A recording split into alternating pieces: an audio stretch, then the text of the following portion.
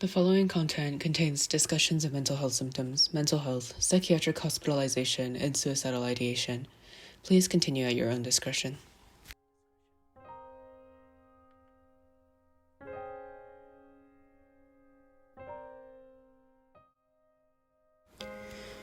Hi everyone, welcome to the Sanguini channel. I'm Sanguinisma, and I'll be starting my Master's in Public Policy at Harvard this upcoming fall. This is the story of how a mobile game, a fictional musician, and a pandemic fundamentally changed who I am. This isn't just a fan video. It's about how fiction held space for me when I didn't know how to make space for myself, and how that space eventually became a career.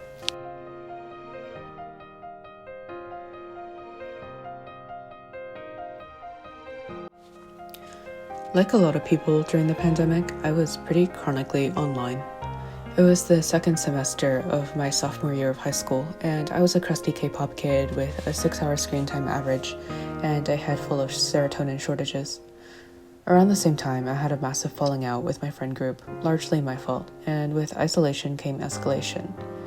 My mental health plummeted. I started hallucinating, and I'd wake up believing my skin was rotting, that my face was peeling off.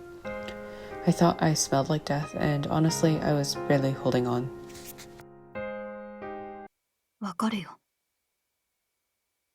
ユキ、私たちに言ったよね。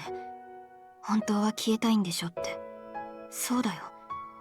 私も本当は消えたくて仕方がない。Online school didn't help. I nearly failed AP chemistry and pre-calculus, classes I'd once excelled in. To cope, I played video games, Genshin mostly. And then it was a lot of TikTok, a lot of scrolling, a lot of chewing on the inside of my cheek, rinsing and repeating. But in my senior year of high school, everything changed. I saw a clip from Project Sekai in the Night Court main story, where Enna is yelling at Akito, not out of anger, but pain. I downloaded the game half asleep during class. I read the story on my breaks at the milk tea shop where I worked. I was drawn in, first to Mafuyu, then fully to Kanade. I saw myself in her, not the girl everyone feared for, but the one who feared herself. The one whose drive didn't come from pressure, but from desperation. My grades and my advocacy work, they hadn't kept anyone from leaving me. They hadn't saved anyone either. And deep down, I was scared I would never save anyone. お父さん、私の曲がお父さんを苦しめてた。私が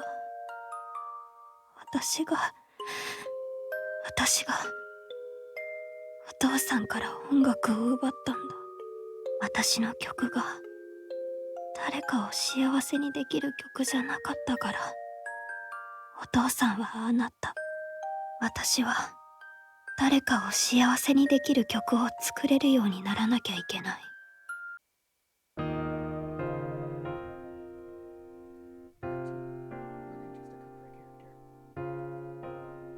Before everything collapsed, I was that smart kid. I had a good GPA, I took summer college classes, and I was fascinated with psychology because I needed to understand the thing inside me that no one else seemed to see.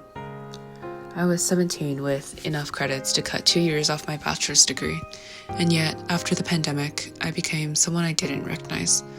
Someone who preferred being alone, who couldn't ask for help, who couldn't explain why their body didn't feel real. My pressure didn't come from others, it came from me. My mom didn't get it. I didn't want to be great. I wanted to understand why I felt broken. I couldn't tell people how badly I was hallucinating, that I believed my eyes were falling out, and that my skin didn't feel like mine. I barely passed high school. I went to a college I didn't love for a degree I wasn't sure about. And through it all, I chased the idea that if I worked hard enough, I could still save someone else. 足りなかったから。足りなかったって。初めて K の曲を聴いたときは少しだけ救われたような気がした。だから K のそばで探せば見つけられるかもしれないって思った。でもそれじゃ足りなかった。見つけられなかった。K の曲に救われたような気がしたんだ。救えてなかった。That's why I saw myself in Kanade more than Mafuyu. Kanade didn't want to be saved. She wanted to redeem herself by saving someone else. That's what I was trying to do too, but I wanted to disappear, especially if I couldn't save others.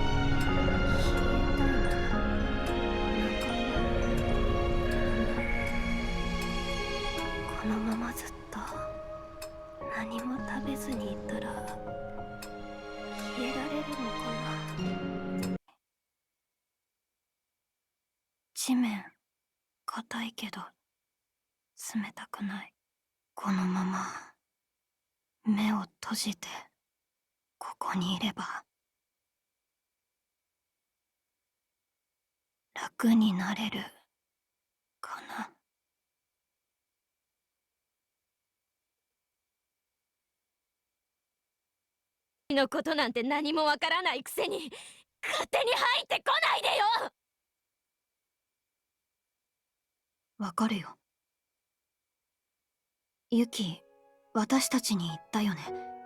本当は消えたいんでしょって。そうだよ。私も本当は消えたくて仕方がない。私は自分の曲で一番大切な人を不幸にしたから。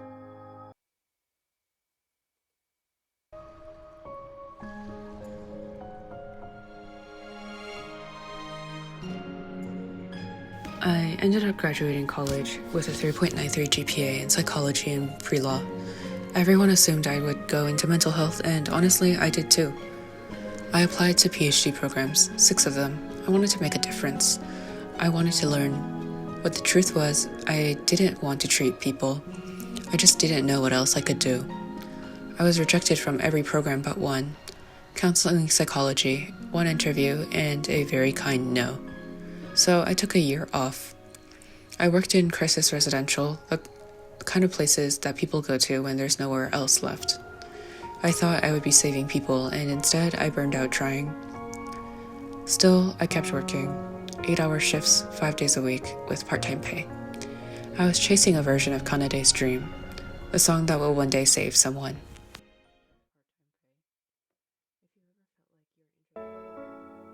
でも本当にこれ以上作り続けて意味はあるの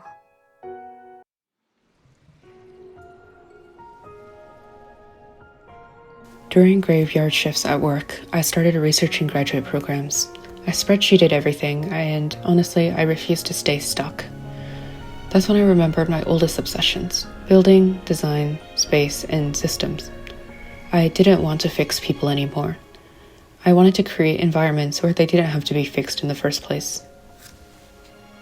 もしかして私はまた同じ間違いを繰り返そうとしているのかもしれない。お父さんのために作った曲はお父さんを追い詰めたユキのために作っているこの曲ももしかしたらユキを余計に追い詰めるかもしれない。I couldn't go into architecture. I didn't have the training, but I had first-hand experience in policy failure, so I turned to urban policy. I applied to 17 programs: social work, public policy, design. My new dream was to create real-world sekais, spaces where people could heal, resonate, and find their truth. Through Kanade, I was able to find my true feelings and get closer to creating my own sekai. 私の曲が届いていたって知ったから。だから私は私の曲でユキを救いたい。まだ可能性が残されてるなら絶対に救いたい。たとえそれが呪いだとしても。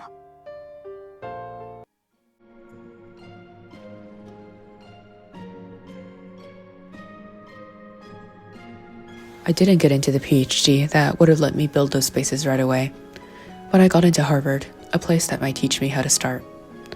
It's been 3.5 years since I started playing Project Sekai.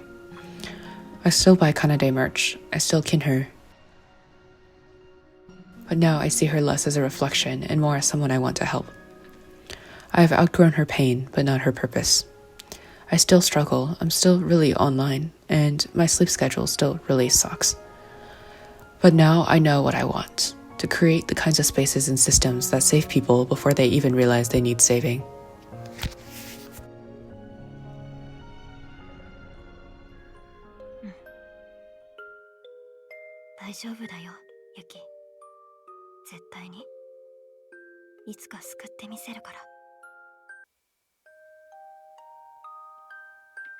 Kanade doesn't need to save anyone, but I still want to become someone who can. If you ever felt like your interests weren't serious or that you needed to grow out of them, I thought so too. But the truth is, you don't. Growth doesn't mean leaving behind the things that carried you. I would love to hear from all of you. What character, game, or story helped you get through it? Let me know in the comments. If you want more videos on my application process, working in crisis care, or my very intense Kanade collection, drop a like or subscribe. See you next time.